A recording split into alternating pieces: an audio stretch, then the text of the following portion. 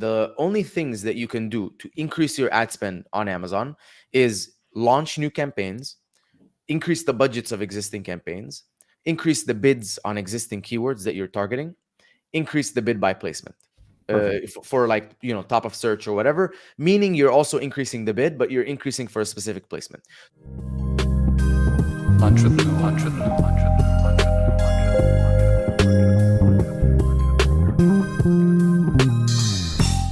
Hey everyone, this is Norm Farrar, aka the Beard Guy here, and welcome to another Lunch with Norm, the e-commerce and Amazon FBA podcast. In this episode, we're going to be talking about something really cool and something we all have to learn, and that's how to manage your Amazon PPC campaigns like a pro. We're going to be talking about how to create spreadsheets for your PPC, what the weekly process will be, and what most people are doing wrong and how to avoid it. So join us for another Lunch with Norm e-commerce and Amazon FBA podcast. Topic today, how to manage Amazon PPC campaigns like a pro. Our guest is a 7-figure Amazon seller with expertise in supplements. That's a tough nut to crack. He's the CEO of MMA Nutrition LLC. It's a dietary supplement brand. With the expertise he's gained from growing his supplement brand, he's founded PPC University, where he's the head instructor to highly successful Amazon sellers. He's also the founder of Trivium, the Trivium Group, an agency dedicated to helping brands scale scale their profitability on Amazon. Today, our guest, awesome guest, he's a repeat guest, Mina Elias. I can't wait to talk to him, but first of all, let's get to a sponsor. A big thank you to our sponsor, Post Purchase Pro, the only complete A to Z done-for-you real email and text marketing service built specifically for Amazon sellers. Post Purchase Pro creates all of your digital assets 100% for you, from marketing inserts, complete sales funnels, email follow-up sequences, and weekly email promotions. They manage and optimize everything for you to drive more sales, get higher ranking, and receive more reviews on Amazon. So check out Post Purchase Pro now to see if you too will see enormous growth like their nearly 500 clients worldwide. That's Post Purchase Pro at postpurchasepro.com/lunch. If you want to check out more awesome information from Mina Elias, check out his last guest appearance. Just click right here. And welcome, Mina. What's up, guys? Welcome back. Thank you for having me, Norm. It's awesome to be back. Like I was saying, you have an amazing podcast. I'm always hearing very positive things about it, so excited to be back. The only reason why people like it is to see me, mess up like I did at the beginning. But you did a good job. It's all good. I've had a better opening. But anyways, this is about you. And you're awesome at what you do. I love what you were able to do in achieving success in supplements. That's one thing. And then going on and doing what you're doing with PPC and now with this agency. But today, I think we've got some really great topics about how do you manage your PPC and how do you do that with a spreadsheet and all that good stuff. I'm not even sure, there's so many things I want to ask you, but I guess, and maybe you want to start somewhere else, but I'm really curious about the spreadsheet side of things. How are you doing this? Yeah, I'm loving that you're asking me this because I feel like a lot of people step into PPC and they get very overwhelmed. And it's almost like you're walking and then it's like a road that forks, but there's like 60 different options. And you're like, okay, which way do I go? So that's the first thing that I want to kind of cover is how should you think about PPC? And then the second part of that is why we're still using spreadsheets. And the reason we're still using spreadsheets is simple, is because it's not that complex once you have a good plan and you know what you're supposed to do and you know what you're going after. And so what are you supposed to do? The way that I like to think about PPC it's a funnel. And I learned this a lot from people who are off of Amazon. So I hired, this is a quick story. I hired someone because I wanted to take MMA nutrition direct to consumer. So he ran my Facebook ads, and I had him on for 6 months. Now I spent about $6,000 or $7,000 a month for 6 months. The return wasn't there, so we ended up killing it. But what I did learn was the way that people like that thought. And how was he thinking? Okay, so he's like, this is what we're going to do. We're going to start by identifying a few kind of pillars that this is a sugar-free electrolyte powder, this is an electrolyte, a cheap electrolyte powder, whatever. And then we're going to start there. On Facebook, we're going to create some creatives, and in the creatives we're going to have different headlines and different images with different call to actions. And then after that, they're going to land on a landing page. And in that landing page, there's a few things that I want to try. The first is, I want to increase, I want to move the testimonials up. I want to show the price slashed, things like that. And so that got me thinking. He's like, this is how he's thinking about it. He knows that there's traffic on Facebook, and he's showing my ads to those people, and a certain percentage of those people are going to be attracted to the ad and they're going to click on it. And then out of those people, they're going to come into the listing, into the landing page, and a certain percentage of those people are going to like the landing page, and so they're going to stay for a certain amount of time, and then some of them will convert. And so what he started doing was he started split testing the different things. So if we started with some creatives, and he's like, our click-through rate is 0.5%. That's too low. We're supposed to be around 3 or 4%. This is based on his experience. So he kept changing the images, and then we found one that kind of got us from 0.5 to 2%. He's like, okay, let's test the headline. And he kept testing the headline and got us there. And then after that, he's like, okay, we're getting to a good click-through rate. What about our conversion or our bounce rate and things like that? And he's like, okay, I'm gonna move the testimonials up. I'm gonna change this. I'm gonna change that. And he kept split testing these different things until we got to a point where the landing page was converting decently. Now overall, the finances didn't make sense, but that got me thinking. I was like, Amazon is the exact same way. If you think about it, there's people, it's traffic coming in from a search, and then you're getting, let's say, 1 million impressions, and out of those 1 million impressions, there's a certain amount of them that are going to click on your listing, and that's your click-through rate. And then out of those people, the clicks and sessions that come into your listing, a certain amount of them is going to convert, and so that's your conversion rate. And so now I started thinking of the funnel, and I'm like, okay, so PPC is actually not just PPC. PPC is only that top part where you're bringing people into you're increasing your impressions, and you're bringing people to the listing. Now that can dramatically change if you change your main image, or if you change your price, or if you change your reviews. If you go from 4-star to 4.5-star, that will change a lot. And so I started thinking, okay, everything is connected, so I can't just be looking at PPC spend and PPC sales. Everything is connected. So the first step was I created a dashboard, and then that dashboard shows me the full funnel. It shows me my PPC spend, my PPC sales, my total sales, my sessions. So that's the number of people coming to the listing. My cost per session, which is how much I'm paying for those people to come into the listing, which is the CPM on Facebook, right? That's like kind of like the same metric. There's a CPC and CPM on Facebook. I'm now looking at, okay, how much am I spending on ads? How many sessions is it generating? What is that cost per session, per unique visitor coming in?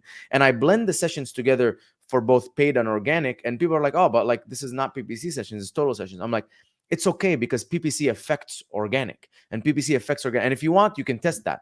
Take your ad spend today and 5x it, and tell me that your organic sales are not going to improve. Or take your ad spend today and cut it to 0, and tell me that your organic sales are absolutely. Yeah.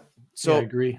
So I started documenting these things, and then I added, I'm like, okay, perfect. We have the first part of the funnel, which is how much I'm spending, how much traffic that's getting me, and then the cost of that traffic. And then I started documenting conversion metrics, so conversion rate, click-through rate, and then you have all the fun metrics, the cost per click, and the ACOS and the TACOS, which are all very arbitrary, right? Because like, what's a good ACOS for you? What's a good ACOS for me? What's a good ACOS for the supplement brand or this baby brand? It's very arbitrary, right? It's just a percentage that we don't really know what's good and what's not good. But then I started measuring the real number, which is profit, dollar amount in profit, which is your your net profit per unit. So if your sale price minus your Amazon fees minus your cost of goods sold, that gives you your net profit before marketing. And then, that number times the number of units you sold that day minus your PPC, that's your net profit on the front end. And once I started measuring that and showing it in a week by week chunk, so it's like week one, every day, this is my ad spend, this is my, and I'm gonna try and maintain a steady ad spend in that week. And then week two, I'm gonna see what changed. So if I'm at, let's say, $50 a day in ad spend, $100 a day in ad spend, and I'm looking at my other metrics, then I pick from one or two of two goals. The first goal is, do I need to scale? And the second goal is, do I need to optimize? Am I not as efficient? Now, before people jump and say, oh, optimize, I want a better ROAS, think about this. If you're spending $50 a day on ads, how much more profit can you make? Like, what's the maximum amount of dollar profit that you can make a day? Norm, do you know the answer? It's 50. Not sure. It's 50, right? Because if you cut your ad spend from 50 to zero, and you optimize, then that's it. You saved $50. If your total sales didn't change, you would be left with $50 more in profit. And that's the pitfall that everyone falls in. Is like, okay, I'm spending $50 a day, I want to make more. I'm like, okay, well, how about this? How about we go from 50 to 200 a day for a few weeks, increase our spend, increase our revenue, find what's working, and then cut that back that 200 back to 100, maintain all of the profitable stuff, the good ROAS keywords and stuff.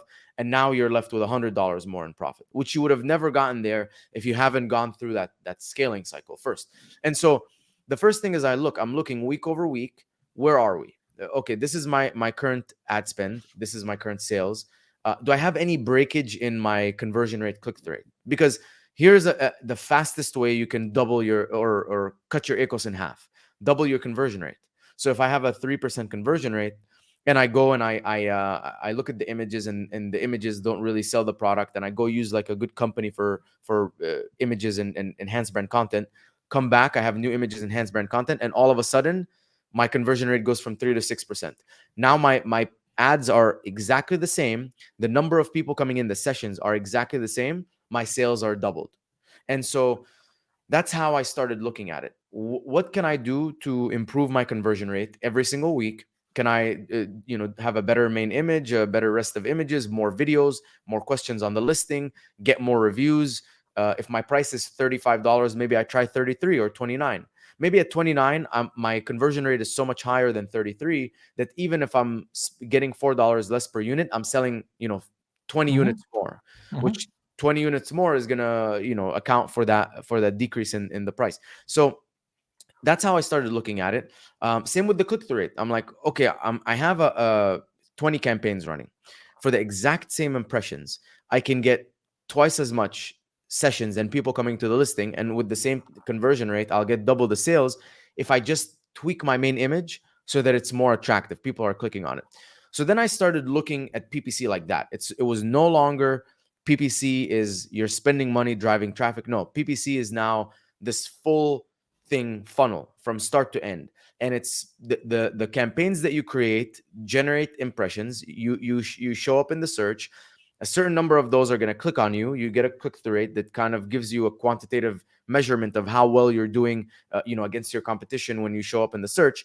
And then from there, I have my conversion rate, and I'm monitoring that. And then I'll pick a goal. And so, like I said, I'll say, okay, with everything being the same, I want to double my ad spend for the next 2 weeks.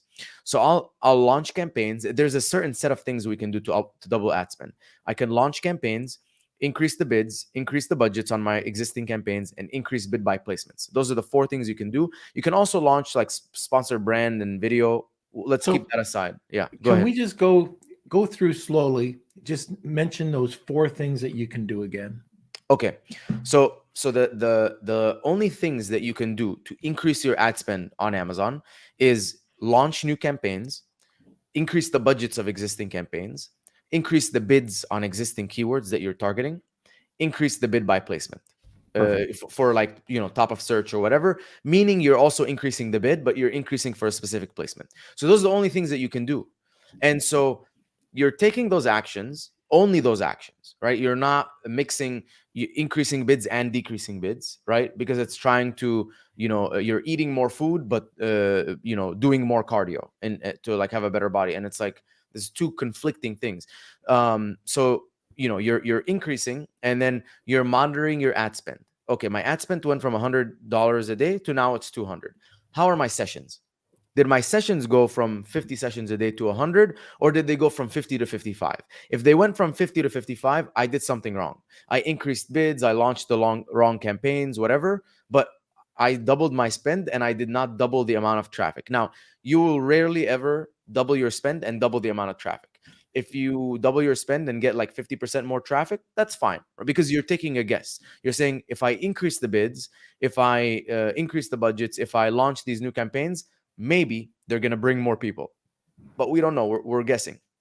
So we take a bunch of actions that we guessed on. We increase the sessions by a certain amount.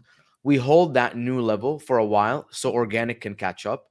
Organic rank starts catching up on the things that are working. And then from there, you're like, okay, we doubled the ad spend. We only increased the sessions by 50%. Where is that 50% waste?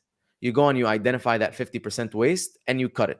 And so what are the actions for cutting, for optimizing, right? It is lowering the bids on existing keywords, adding negatives, and then removing bid by placements where they didn't work. That's it. I don't suggest lowering budgets, because lower the bid so you can show lower in the search. Lowering the budget will just probably throttle and affect your performance negatively. It doesn't help, because it's just going to show your product less versus maybe showing it lower, where if someone went that deep in the search, there's a higher buyer intent. And so those are the actions, and that's how you go from running PPC haphazardly. Let's increase the bids. Oh, this campaign is doing good, let's do that, and then you're just jumping around, versus you take a step back, you say, okay, show me the full funnel, show me what's happening week over week, right? Let's see. Okay, I'm steady, I've hit a steady state now. These are my metrics. What's my goal? What do I want to do? If I scale, I'm anticipating that I'm increasing spend, increasing sessions. My cost for each session will probably go up because I'm inefficient with the ad spend, like we discussed. My profits will go down because we're testing, and you have to test, or else how are you going to find new things? It's like trying to marry someone without ever dating around, right? It's impossible. So you have to go on all of these dates with these keywords and realize that a lot of them are not good, but some of them are, and then you'll find the answer there. And then you're like, okay, perfect, we've done that, we've increased our revenue. Now what? Okay, let's eliminate any of the stuff that didn't work. So you cut down the bids, you add negatives for the keywords in auto broaden phrase, like the search terms, where you can't just lower the bid because some of the keywords are good, some of them are not good, they're in a broad campaign. And then you take those actions. Now your PPC spend goes down. You're hoping that your sessions don't drop as much. They might drop a little bit because you might be eliminating like the clicks and no sales, which are obviously generating sessions, but maybe not the most qualified sessions. So your sessions will drop a little bit. Your cost per session will drop because you're being more efficient. You're maintaining the stuff that is working and eliminating the stuff that's not working. And then your profit dollar amount will go up. Now, keep in mind, I never once mentioned ACOS, TACOS, CPC, any of those arbitrary numbers. My main KPIs that I'm looking at: my spend, my sessions, my cost per session, and then my profit dollar amount. The total number. And two things that will impact you along the way and are uncontrollable, or you can't control that they will change sometimes, is your conversion rate or your click-through rate. Because if I decide to scale and all of a sudden my conversion rate gets cut in half, and you're like, oh, my PPC is not working, I'm like, hold on, you scaled but your conversion rate got cut in half. That could be the thing. Now, obviously you're scared, you're driving more traffic and it's not converting. You can cut back down to the regular level. If you cut back down and your conversion rate goes up, then you must have been sending unqualified traffic. But if you cut your spend down and your conversion rate is still low, then something happened. What happened? Did you go from a 4.5 star to a 4-star? Did you have two competitors drop their price significantly and now people are not converting in yours as much? And so having that visibility there, very, very important, because it's two things together, right? It's like PPC, and then it touches conversion rate, and then it completes into the sale, the revenue. So you don't get from PPC to sales without stopping by conversion rate and click through rate in the middle. So hopefully that is a nice, clean, and simple explanation. Yeah, a long explanation. So this actually ties into the next question. You've talked about the spreadsheet, all the KPIs, everything's there. But for the listeners that are wondering how to create that spreadsheet, are you downloading any specific reports and then extracting the information? No, so I'll do two things. The first thing is I'll send you a link of a Google Sheet, which is the template. Okay, So everyone can make a copy, and awesome. here, I'll just send it right now. There you go. Everyone can make a copy and fill it out themselves. There's two or three main places that you need to get information from. Campaign Manager, that will have all of your like advertising and click-through rate kind of metrics. Then you have business reports, and that's where you're going to have your conversion rate and your sessions information. And then the inventory page is where you have your Amazon fees, which you just need it once so you can get your Amazon fees, and you can calculate your profit, right? Which is sales price minus Amazon fees minus cost of goods sold. That's your profit per unit multiplied by the number of units. That's your total profit a day before ads, and then minus the PPC, you're left with net profit after ads. And so those are the only places. And if your fees don't change, or you have alerts when they do change, you only need to fill out the fees once, and then you just need those two reports. I did it for a very long time, up to I think 60 or 70 ASINs with actually no more, up to 100 ASINs with a VA. With one VA data entry, they went in and they filled out the data every single day. You probably have to skip, I would say, 1 or 2 days, but now we're using an automated solution. So anyone who wants that same sheet automated, we have a software that can take care of that. And the beauty is, like, it will refresh it every 7 days. So because attribution, how it is, so sometimes your ad spend could be 70%, $70, but it's actually like 85. So it'll refresh that. But again, you can get very, very, very far with just the manual sheet, and that's why I created it, because I don't want to be that guy who has like a magic solution and you need to pay me for it. No, like, you can do it yourself. The payment is going to be either to a VA or a software. Okay, and that app you're using, is that your own proprietary software? No, it's My Real Profit is the company, but it's our proprietary, like, dashboards on it, or Okay. our IP. So to get it, you just have to go through us. Legally, they can't sell someone else's like designs, I guess, is, sort of thing. But I mean, we'll charge cheaper than they would charge you.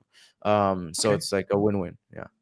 Very good. And what's interesting, and I don't know about you, I like in your agency, I've had clients in the past that have incredible results with PPC or DSP.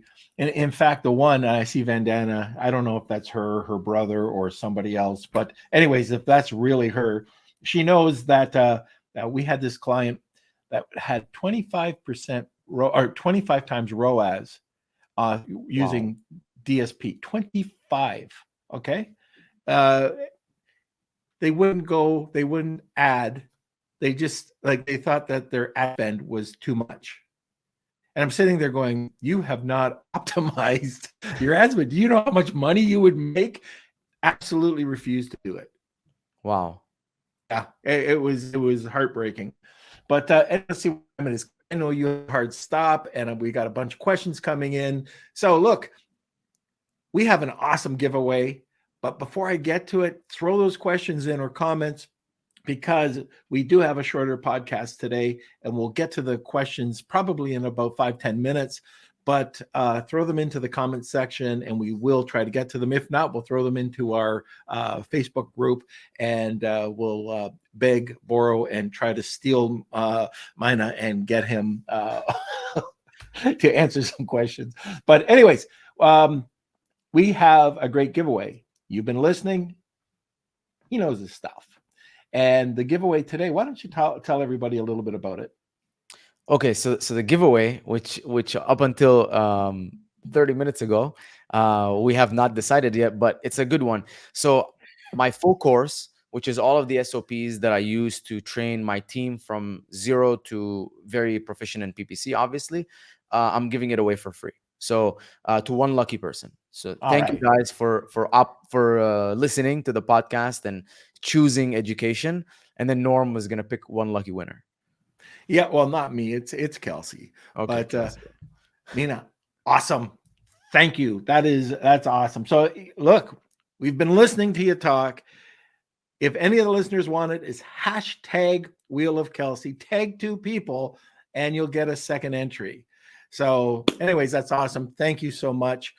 Let's go over to a sponsor, then we'll come right back with a few more questions.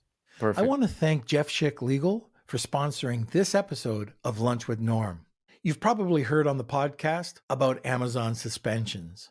They're very real. It can happen at any time. And when it does happen, how do you get out of it?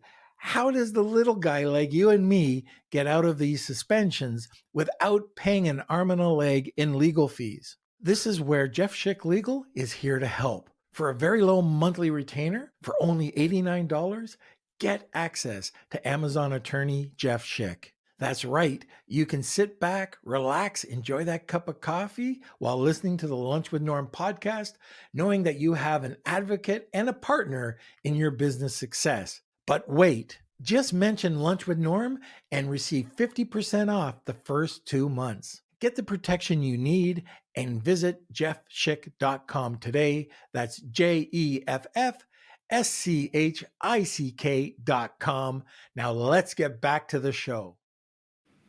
Okay. Yes, Kelsey. Yeah, I also wanted to add it. We have another thing that's available for everyone. So, Mina, you're giving away a free audit. Is that correct too?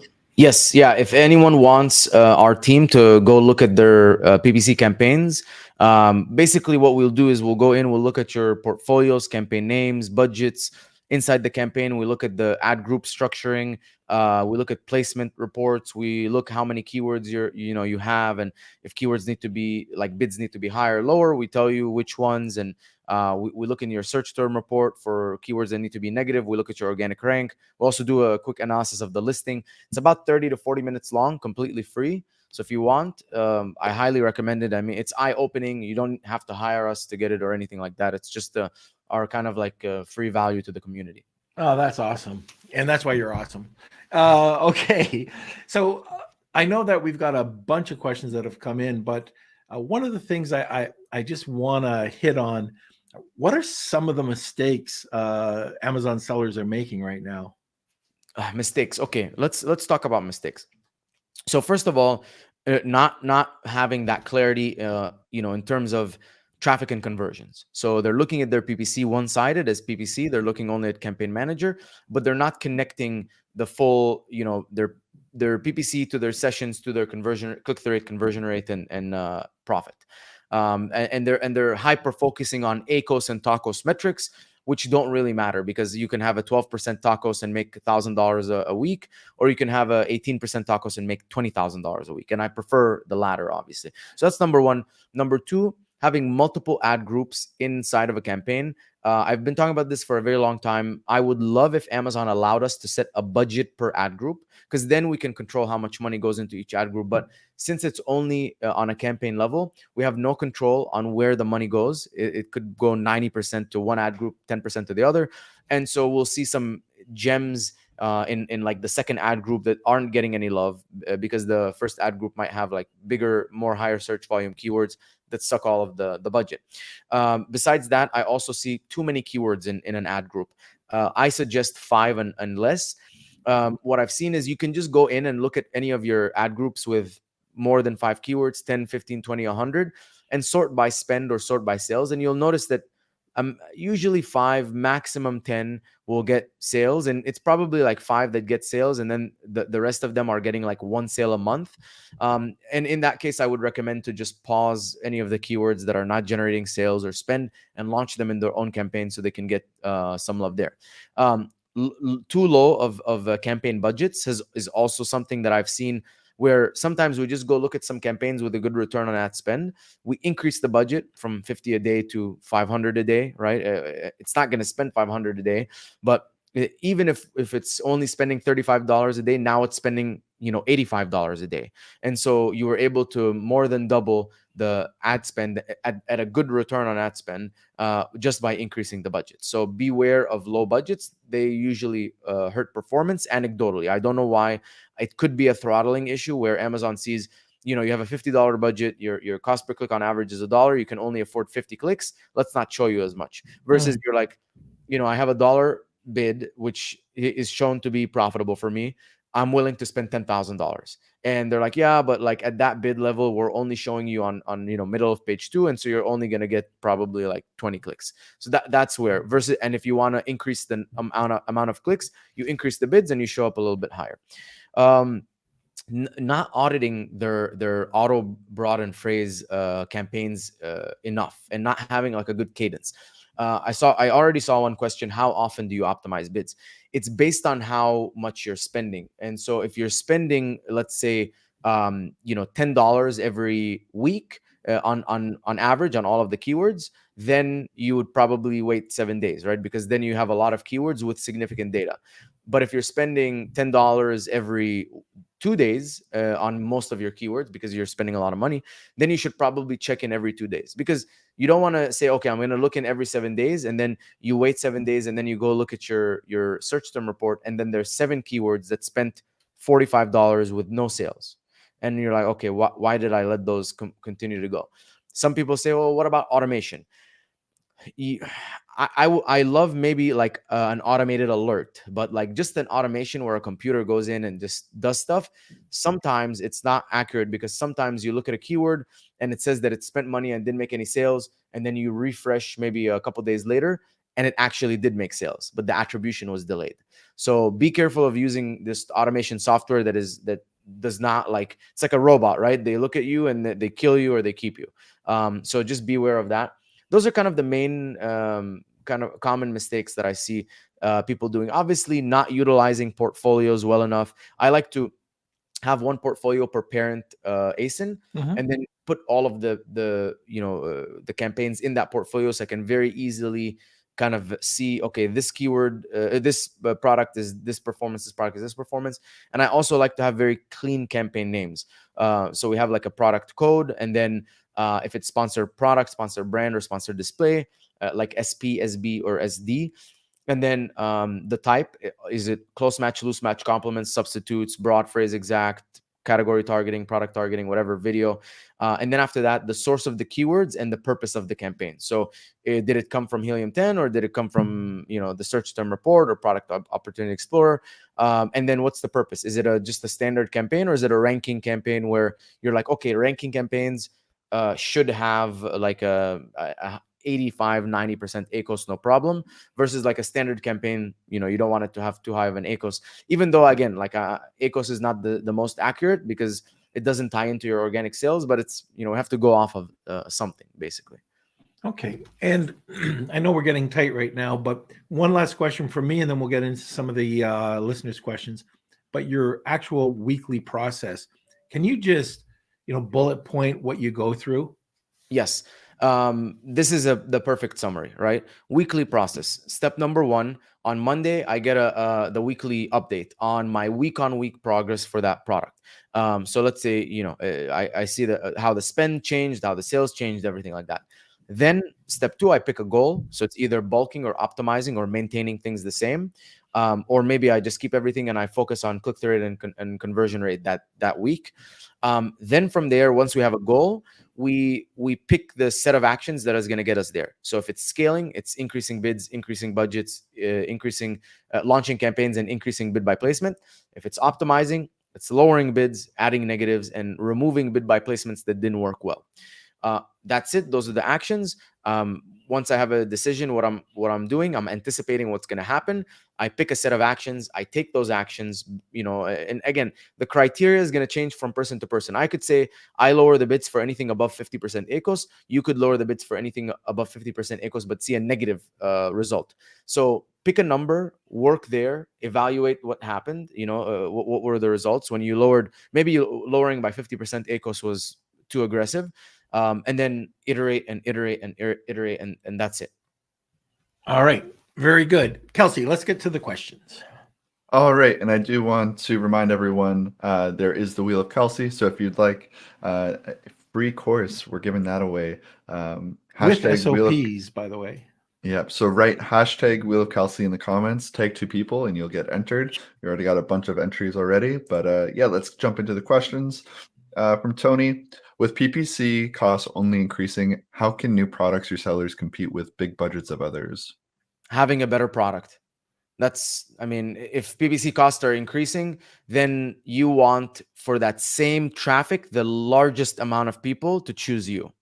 And that's how you're going to win. Because if your average CPC was $1, now it's $2, then you have to have a double the conversion rate for the numbers to be the same. All right. Okay, great. From Howard, how should one think of display ads to complement PPC? I love using retargeting. Again, you have to test views retargeting versus purchases retargeting. I would focus all of my energy on sponsored products first, and then utilize sponsored display. And the reason is because you don't want the same people clicking on your ads on sponsored display and sponsored products and charging you twice, and it's the same person. And so once you kind of feel like you're doing a really good job with the sponsored product, then I would start with the retargeting, and maybe test some other like product targeting if there's like low-hanging fruit. But make sure that you're tracking your total spend and your total sales. And if you increase your total spend on sponsored display by, let's say, $15, then you're making at least $45 to $60 in sales, without looking at campaign manager. Because campaign manager, I've seen it in the past where it says sponsored display has a 7x ROAS, sponsored video has a 9x ROAS. But in reality, we launched those campaigns, they spent money, and they didn't generate any more total sales. All right, great. Next one is from Luke. This is a two-parter. So the first one, Luke is saying, the low budget thing is a definite eye-opener. The low number of keywords per ad group is also great advice. How do you decide on negative keywords? If you are only putting 5 keywords in a campaign, what do you do negative? Love this question. So negative keywords only applies to auto broaden phrase campaigns. It has nothing to do with the number of keywords you have in a campaign. If you have a keyword like electrolyte powder broad, as a broad match type in a campaign, then it can trigger for like 50 different keywords. Electrolyte powder unflavored, electrolyte powder for men, electrolyte powder for women, whatever. And you go into the search term report, and I like to identify keywords that spent $10 to $15 and didn't generate any sales, or have maybe above 100% ACOS inside of that same keyword. And then I would take those and add them as negative, so Amazon can continue to spend on the other ones that were profitable, but stop spending on the ones that are not profitable. Okay, awesome. Another one from Tony. What is the minimum monthly ad spend that it would make sense to start using an agency? I wouldn't look at ad spend. I would look at your profit. So you should be doing like $5,000 a month in profit at least, because an agency is probably going to take half of that just in management fees. Yes, they're going to help you grow, but if you don't have at least $2,500 a month to reinvest into your growth and inventory or whatever, then it's going to hurt you cash flow wise. So I would wait until you're doing $5,000 a month in profit or more. Okay, and I think we answered this one from Wandana. How often do you believe one should manage or edit campaigns? How long do you think we should wait before turning off any campaigns because of lower conversions, etc.? Yeah, it's based on the amount that you're spending. So like I said, I would go for, at what number are you going to be too high of an ACOS? So if your product is $30, maybe at $15, you're now at a 50% ACOS, and anything above that starts becoming not profitable. So if it's that, then anything that spent $15 and didn't make any sales, or if it's like a very high ACOS, let's say above 75, because you can assume that some of the sales that are coming from a high ACOS keyword are also bringing some organic sales. So if it's like, let's say your target is 37, maybe anything above $15 and no sales, and anything above 75 ACOS, you would either lower the bid or add as a negative or pause it. But then also think about what happens. So if you do that and then you evaluate the results and you're like, oh, like that messed up my stuff, my sales went down hard, reverse the actions and maybe 75% ACOS was too low, or vice versa. Maybe you didn't feel an impact when you did that, and you need to go to 50% ACOS. So every single product I've ever worked with has different thresholds and different numbers, and it's very like you try and then you see what happens. All right. We're getting there. All right, yeah, these are going quick. Awesome. So let's see if I'm eyeing it. If you find a good keyword in broad, do you add them in a separate exact campaign or leave them in a broad one? I leave them in the broad one, and I also add it as phrase and exact in other like I create 2 new campaigns, one phrase, one exact, so they can run in all match types, because I have no idea if it's going to perform well or not.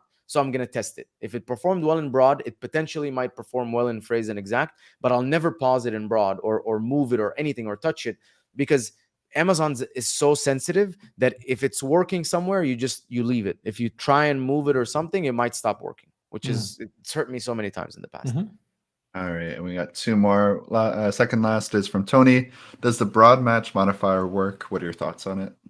Yeah, I think it definitely works, but I haven't done enough work with it to like find like really good strong case uses. There are some like theoretical, right? But I want to wait until I actually say I've done this like 100 times and this is what came out, and share with everyone. So I don't want to like they do work. That we're seeing some early results, but I don't want to comment on it too much and give spread any false information. Okay. Okay, and our last one is from Rad. We did PPC on our initial stage of Amazon marketing, and it ended up paying continuously for us. Is it because Amazon constantly changes its algorithm? I don't know. I don't understand that question. We did PPC on our initial stage of ended up pay continuously for us. So maybe like you always have to. Yeah, I mean, listen, Amazon PPC is basically like a source of traffic. So you're using it continuously to send people to your listing. So it's not like you have a store and you were putting it in like flyers and billboards, and then all of a sudden you're going to shut down all of the billboards and flyers, and then people are going to magically find you. You might have like a certain amount of base that will come to you, recurring, but if you're not bringing new customers, you might eventually you lose your business. So that's how I would look at it. All right. I think Inet has another question, Kels. All right, last one. Is it true that video ads do not help at organic ranking? I've never isolated video ads in a way where I only ran video ads and to rank a keyword organically. So I have no idea. But whenever we do organic ranking, we do broad, phrase exact, and video and headline search ad. We use all of the different types, and then we later on pause like the video and the headline search, and we lower the bids. But I've never isolated it, so I can't say if it helps or it doesn't help. But it's worth if you want to test it, definitely try testing just a video ad, very high bid, and see what happens. Okay, so we're going to get you out of here on time. We got a few minutes left before you got to go. Awesome. If anybody wants to get a hold of you or your agency, where do they go? So the website is triviumco.com, triviumco.com. And then I'm on Facebook, Instagram, LinkedIn. My name is Mina Elias, Mina, and last name is Elias. So if you message me anywhere, I'm pretty available. And he's at every event. So go to events. He's always there. And you can meet me and Norm at the same time. There we go. All right. So last call. If you're interested in Mina's course with the SOPs, I mean, it'll be awesome. If you've listened to the podcast today, you already know it's awesome. Mina's awesome. So check it out. Hashtag Wheel of Kelsey, tag 2 people. This is your last chance. We're going to go to a sponsor, and then we're going to come back for Wheel of Kelsey. I want to give a quick shout out to an incredible group of sponsors that help us produce this podcast for you every Monday, Wednesday, and Friday. Lunch with Norm would not be possible without the support of the following sponsors: Post Purchase Pro, Clear Ads, Goldstein Law, Honu Worldwide, Extreme Power, Jeff Schick Law, Netfluence, Startup Club, and Dragonfish Brand Management. Thank you, and you're awesome. Now back. Want more great information? Don't forget to subscribe by clicking here. Also, if you want to check out our latest podcasts, click over here. Lunch Lunch with Norm.